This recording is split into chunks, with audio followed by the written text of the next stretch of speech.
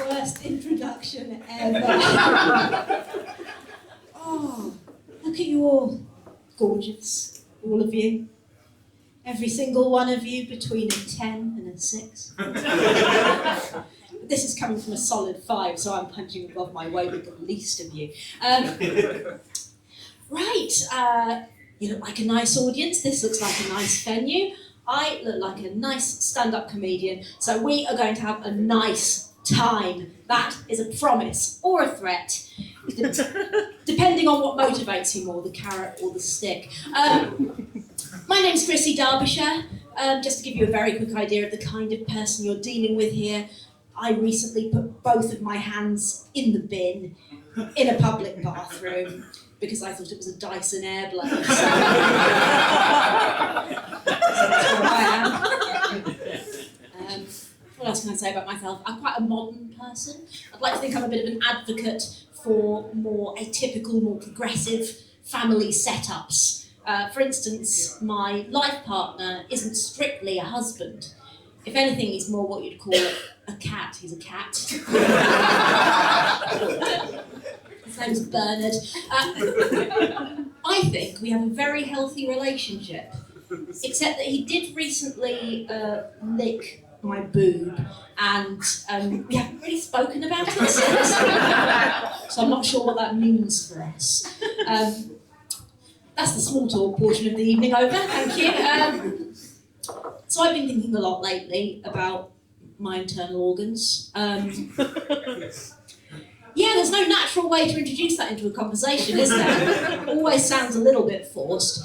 And we're all, I would say, weirdly coy, weirdly prudish at our innards. Like, as soon as your insides are mentioned, we all turn into some kind of fainting aunt from a Jane Austen novel. Mr. Darcy, please, your kidneys! They're on full display. Save something for your wife. That was from Pride and Pancreas. I wrote that joke in the bathroom about half an hour ago. That's all right, it was a bit of fun. But they're there, aren't they? Inside us, I think. I don't check very often. I would say I look at my own insides the normal amount. I've Googled it and that's not at all. Not insides at all. But I do believe they're there. And I don't like that I'm aware that they're there. I think that if you want to be constantly mildly traumatised, and you're watching me, so I assume that's what you're into, I would recommend becoming aware of your internal organs and the fact that, best case scenario, they are sitting inside you day after day, doing things without your complete understanding or your permission. And there's been loads of them too. Like, if I had to estimate, I would say at least 5 or 6 different bits. I'm not a qualified doctor. I could be, I chose not to be.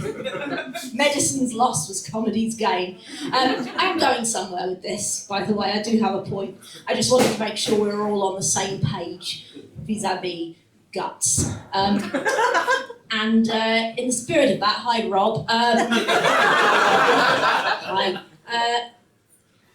Do you think it's reasonable for me to assume that you have internal organs? Yeah. Bit tentative there, surprisingly. He likes to keep the mystery alive. Who knows what's inside him? Could be full of Lego, could be full of milk. Who knows? We'll never know. We'll never know. I don't think it's too controversial of me, though, to assume that most of us do have internal organs. More contentiously, though, I think that some of my major organs have a good cop, bad cop situation going on. I will explain. My heart, no problem at all. Love my heart. It pumps blood around my body like an absolute champ. I want it to beat. It does beat every day, so far. No problem at all with my heart. My brain, on the other hand, is an arsehole. Not literally, that would be biologically very upsetting, but I mean that my brain is a dick.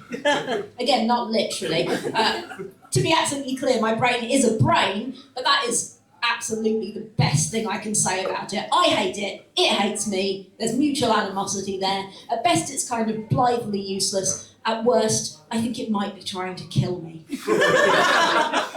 Because every day, several times a day, my brain will just go, oh no!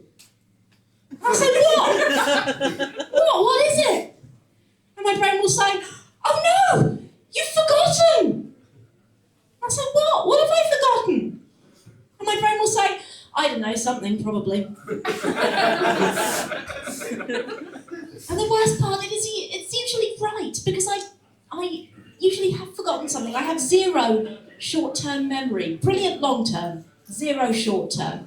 So I can remember word for word this song from a Chicken Bovril advert from 1988. But I can't remember the beginning of this sentence. I'm just hoping that by the time I reach a natural pause in speech, it's at least grammatically correct. So I'm desperately trying to work out what it is that I might have forgotten. And my brain pops up again, very usefully. Oh, excuse me, yeah. Maybe you've forgotten your PE kit. And I say, no, I don't think so, brain. I'm 40 years old, actually. Do I need my PE kit? No. Do I own a PE kit? No. Am I still scared of my PE teacher? Yes. So thanks for that, brain. And again, when I lie down to sleep at night, as soon as I lay my head down to sleep, my brain pops up like the Microsoft Word paperclip. It looks like you're trying to be sleep deprived. Would you like some help with that? No. No, thank you. But it's got the bit in its teeth, not literally, it's a brain, but it's on a roll. So it says, oh, sorry about that, but I've got 5 hours of fake definitions of words to share with you. And I say, no, thank you. And my brain says, a platypus is a cat with braids. And I say, no. And it says, melancholy, a dog made of fruit. And I say, no. And my brain says, archetype.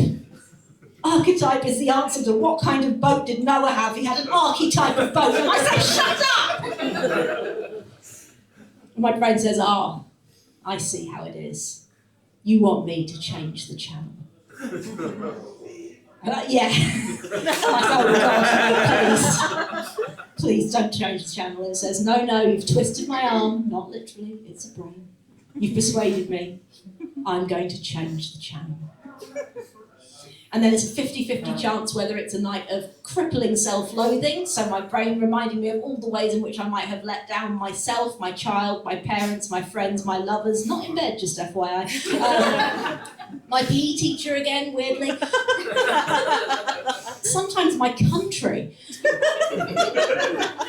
Either that, or again, on a loop, that Chicken Bovril advert from 1988. I'm working on it. I'm in therapy right now, thank you. Your bedside manner's a bit weird, you keep laughing at me, but I think I'm into it. It's good though, isn't it? It's good to talk about your problems, whatever outlet you have, whether you have access to real therapy, whether you just talk to a friend, vent on social media. I think Ellie here looks like she might write sad songs on a ukulele. And that's all right, that's fine. Because it's good to talk about the ways in which we are weird and messed up and broken, because we are all weird and messed up and a little bit broken. This world, this beautiful, miraculous, lush green earth on which we live is so weird.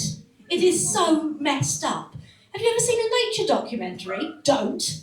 Don't. It's a Lovecraftian hellscape out there. An octopus's penis, ladies and gentlemen, is on the end of one of its arms. It can rip it off and throw it at you if it wants to mate. Not you personally, I don't know why we locked eyes then. Still, that doesn't feel right, does it? That is counterintuitive. I suggest that if you're not at least a little bit put out by that, your Pornhub search history is troublingly specific. You can call it vintage anime as much as you want, Rob.